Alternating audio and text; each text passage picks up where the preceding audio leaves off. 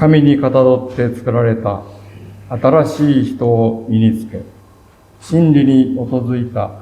正しく清い生活を送るようにしなければなりません。平和と和解の主イエス・キリストの恵み、作り主なる神の愛、聖霊の交わりと助けと導きとが、あなた方お一人お一人の上に、